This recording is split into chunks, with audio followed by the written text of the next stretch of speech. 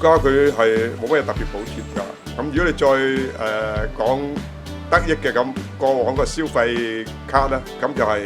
本地消費係得益嘅，都可以再推行。咁但係就唔好擺銀行度啦，一定要擺喺消費卡度，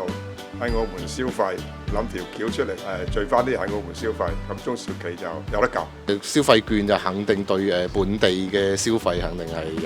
有正面嘅作用嘅，即係有啲平時佢哋想買，但係又唔係好捨得買啊，或者覺得唔係話有急切性啊，咁可能有消費券之後，佢可能會多咗啲零用錢去消費咯，咁樣。目前經營嚟講咧，就主要係我哋呢個環境下影響啦，一個就澳人北上啊，消費啊，咁又帶咗一部分。咁加上現在嘅營商環境咧，又差咗咯。咁啊，雖然嘛，我哋個生意都同以前比嚟講咧，最少差1/3以上噶啦，係一半生意都有噶啦，即係咁講。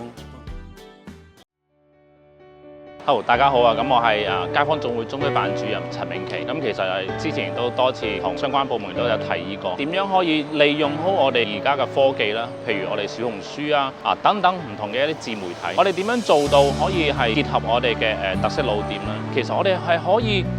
引用翻我哋內地而家叫文旅嘅一個做法，利用我哋嘅廟宇文化，將我哋嘅廟宇係串連起嚟。喺廟宇嘅結合當中咧，咁其實亦都提到啦，我哋嘅文化嘅包容性亦都喺澳門亦都係好強嘅。咁我哋究竟係點樣可以從大三巴落嚟，去到可能我哋嘅教堂啊，再落嚟我哋蓮溪廟啊，再去到觀音廟等等一啲嘅教堂啦，同埋我哋嘅廟宇啦，中西合璧一個文化嘅一個體驗嘅路線啦。咁其實咧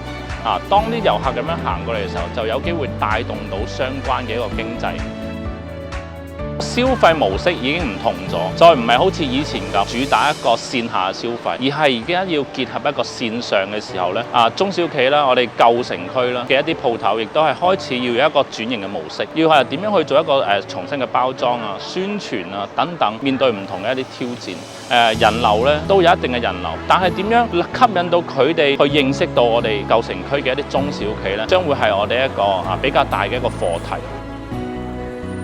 而家現時我哋嘅舊城區其實遊客都有一定嘅量，其實亦都我哋收到一啲街坊嘅反應，喺搭巴士嘅情況咧排隊咧變相人多咗，因為咧而家遊客亦都好叻啦，咁佢哋會知道點樣搭巴士，咁所以喺呢個情況咧，我哋亦都多次同局方咧亦都係溝通，希望佢哋可以係增設一啲巴士路線啦，或者係個車輛某啲嘅特定路線咧係多翻。第二個都希望係可以增設一啲一天遊嘅一啲巴士路線，佢專門係貨我哋嘅遊客，俾佢哋買咗個套票，咁佢成日咧就可以坐旅遊巴嗰個地方，咁令到佢咧可以同本澳居民啦、同遊客啦係做咗一個分離。